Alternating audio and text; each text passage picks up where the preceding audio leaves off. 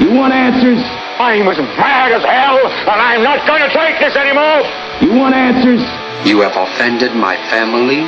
I think I'm entitled. You want answers? I want the truth. And you have offended a Shaolin temple. You can't handle the truth. Surely you can't be serious. I am serious. And don't call me Shirley. Radical Rant. Well, Kevin Sabet asked me for an apology over my recent post on Huffington Post that was entitled, Project Sam's Kevin Sabet claims 39% Washington teens use dispensary pot. Reality is 9.4%. Basically, I accused him of adding up columns of percentages for 9th, 10th, 11th, and 12th graders to come up with a scary-sounding and completely inaccurate claim that, quote, this is from his tweet, 39% of high school students in Washington state report getting their marijuana from a medical marijuana dispensary, end quote. I know Kevin's required to put medical in scare quotes, despite thousands of years of human medical use, tens of thousands of published studies on the medical efficacy of cannabinoids, and closing in on, 21 U.S. states that have recognized these scientific and historical facts? Because, the FDA hasn't approved it. Like Vioxx. All right, so here it is. Kevin, I apologize for questioning the means by which you came up with a completely irrelevant statistic. You obviously didn't add up percentages. Oxford taught you better than that. You merely reported on what Seattle Schools was reporting on, which is a phenomenon we call sharing. All right, look, before we get too deep into the numbers, let's remember for a moment that Kevin initially reported Washington State high school students, not just the teens in Seattle that this report covers, and that for all the teens in Seattle, the figure's 9.4%. And for readers not savvy enough to understand that got their marijuana means that the 39% refers only to the subset that smoke marijuana, and not all Washington State high school students, as the initial tweet wrote. Other than that, it's just fear-mongering and deception. That's all. Now, also, don't forget that within the same report, Seattle Schools writes, quote, current marijuana use rates in all grades have remained statistically unchanged, end quote. So not any more kids are really smoking pot. But apparently 39% of them are getting it from a dispensary. Well, here's the details from this particular Seattle Schools report. They asked question number 97, during the past 30 days, how did you usually get the marijuana that you used? Now from that, there was 1,608 people, and 1,185 of them, 75.4%, 3 out of 4 kids, said they don't smoke pot. Now right off the bat, something jumped out at me. When did 1,185 become 75.4% of 1,608? Now, I know Kevin and these guys have doctorates, but my Excel tells me the figure's 73.69, and at best you can round that to 73.7, at least in public school. And then I checked some of the other numbers in this table. What happened to one of the kids aged 15 and younger, 16 and 17, and 18 and older who didn't smoke pot, who only add up to 1,184? And what happened to 11 of the 9th, 10th, 11th, and 12th graders who add up to 1,597? Some kids keep disappearing in this data, but whatever. Let's play with the published numbers. So, given that you got 1,608 kids, let's just concentrate on the 423 who did use marijuana. I crunched the numbers in Excel, and it told me that 25 kids out of the 423 got from a medical marijuana dispensary. 10 of them used it at home without permission.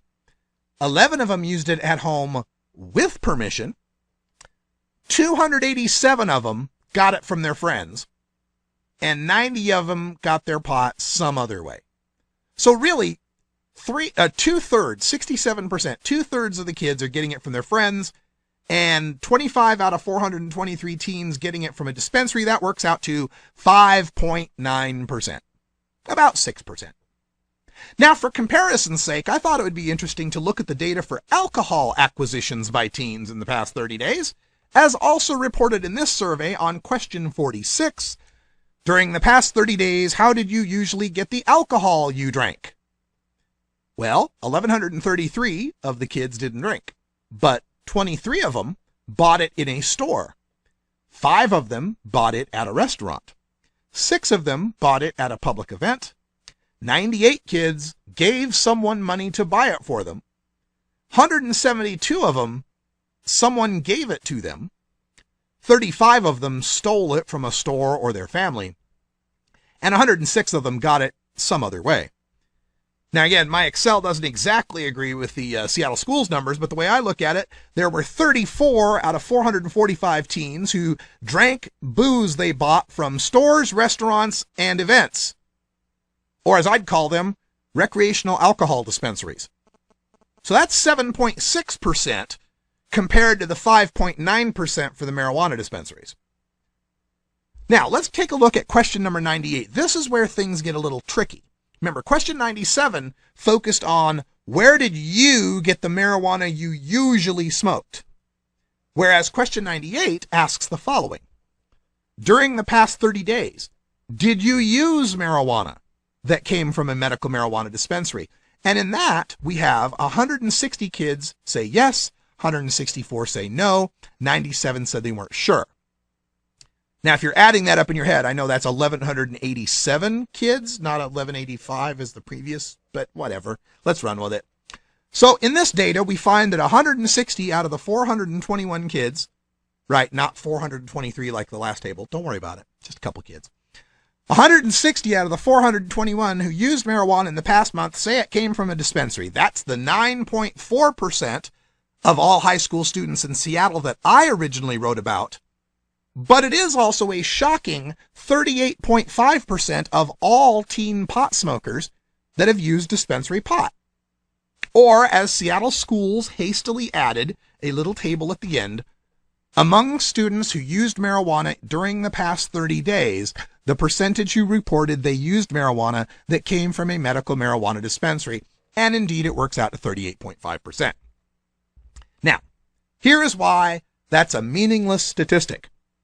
Sharing and lying. Now recall that 5.9% of our pot smoking teens usually got the pot he uses, and I'm saying he because it's almost always male, got the pot he used from a dispensary. Now consider that pot smoking is an activity that happens in social circles. Given 423 pot smokers, and 25 of them usually get it from dispensaries, how big does your pot smoking circle have to be in order to have a 39% chance that month of smoking some dispensary weed from somebody? Well, I did the math on it. It's actually 8.5, but let's not worry about that right now. Pot smokers share. If one teen gets a hold of some dispensary marijuana, he's going to share, either by passing a joint or selling an eighth. But now there's going to be a bunch of teens who smoked dispensary weed, but only one of them who actually got weed from a dispensary. Remember, Seattle schools already said 2/3 of the kids are getting it from their friends. And also, people lie. Especially young male teenagers tend to lie. If some teenager is growing his own pot and selling it, he's going to upsell it by saying, nah, man, this is some medical shit, bruh. And then every teen who believes that is now checking the, well, I used marijuana from a dispensary on the survey. Finally, go back to the alcohol table. Every column that is not, did not drink, is a data point of teenagers who used alcohol that came from a recreational alcohol dispensary. 100%! Unless some of them are fermenting or distilling their own, let's say 99.9%. And yet Kevin Sabet is strangely silent about the need to repeal the 21st Amendment for the sake of the children. All right, that's all the time we got here in Hour 1 at our first show at Roll-A-Tide Studios. Big hand for Brian the Red on the boards, kicking ass and taking names. Thanks to Bacon Dan for today's song. Coming up next, we got Toker Talk Radio. We'll open up the phone lines. For Brian the Red, I'm Radical Russ. Until next time, take care of each other, Tokers. This is the Russ Belville Show. The Russ Belville Show is blogging and podcasting daily at radicalruss.com. You take a seed, you plant it, you grow it, you dry it, you roll it, you You take a seed, you plant it, you grow it, you dry it, you roll it.